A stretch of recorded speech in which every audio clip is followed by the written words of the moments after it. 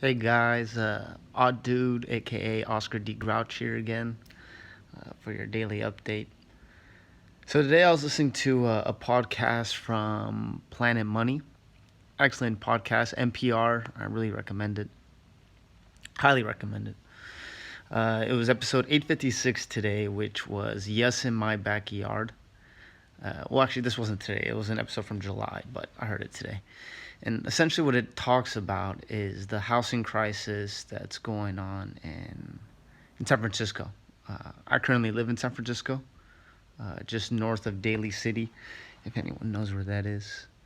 Um, and yeah, it's interesting because it's something that I've thought a lot about because we have an issue here in San Francisco where it costs a stupendous amount, a stupid amount to live here. I mean, when I first moved here, I was looking at in-law units, which essentially over here are just garages that they turn into rooms, many times very poorly, with just like a hot plate, and they'll charge you 1,500 plus for that, and they expect people to pay that, and people will pay that, unfortunately, just because this is a place that people want to live. There's a lot of opportunity here, luckily, because of the tech that exists here.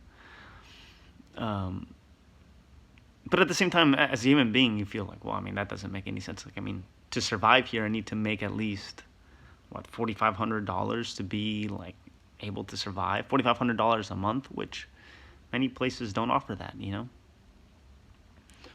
So I sit here and wonder. I'm like, well, I mean, what's the real issue? And you talk to people who are locals here, people who don't necessarily live in the best neighborhoods, those who own homes here, those who live in the good neighborhoods, and you ask, like, well, those who don't live here but come here for work or who moved here for work. And I don't know, I've come to a small conclusion that it's like, I mean, one, for sure, we have an issue with housing. The cost of living has gotten too high. To have a poverty line of close to $100,000, that doesn't make any sense. That isn't feasible for a person in their 20s to come here and actually create a successful life or have a successful life or dream of it.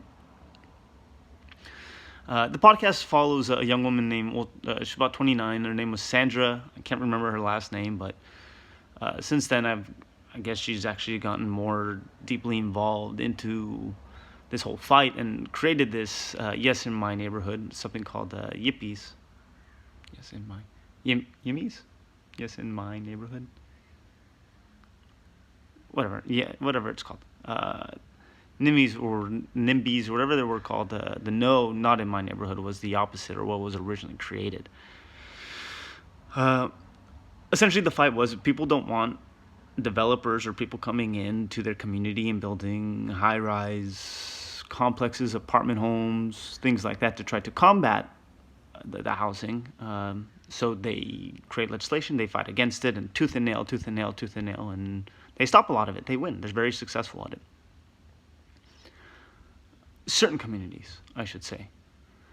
In San Francisco specifically, you look at the communities that are good at fighting for their community, and you see the communities that are not so well versed in it, maybe, or don't have the same type of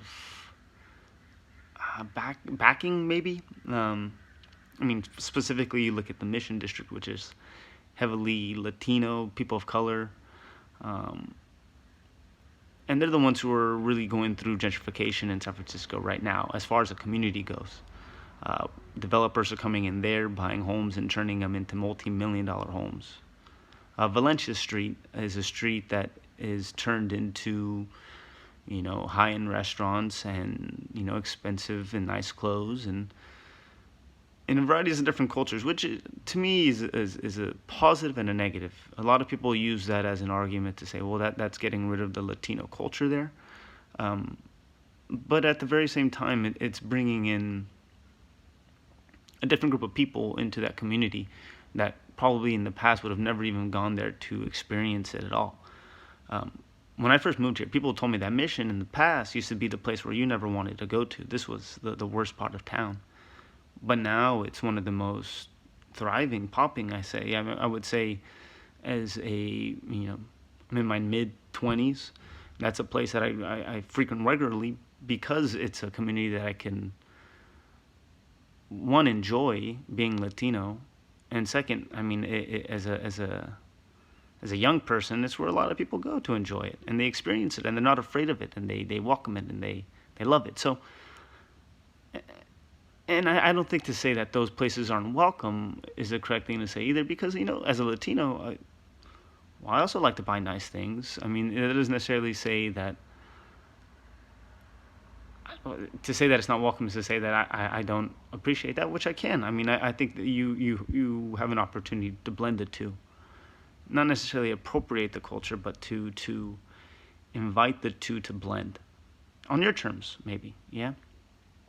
But besides my whole rant on just that, if you were to add more places, just saturate the market with more places to live, basic economics will tell you, supply and demand will tell you that prices will go down. That being said, people have released articles saying that, well, prices won't necessarily go down because they already exist at that price, and why would someone...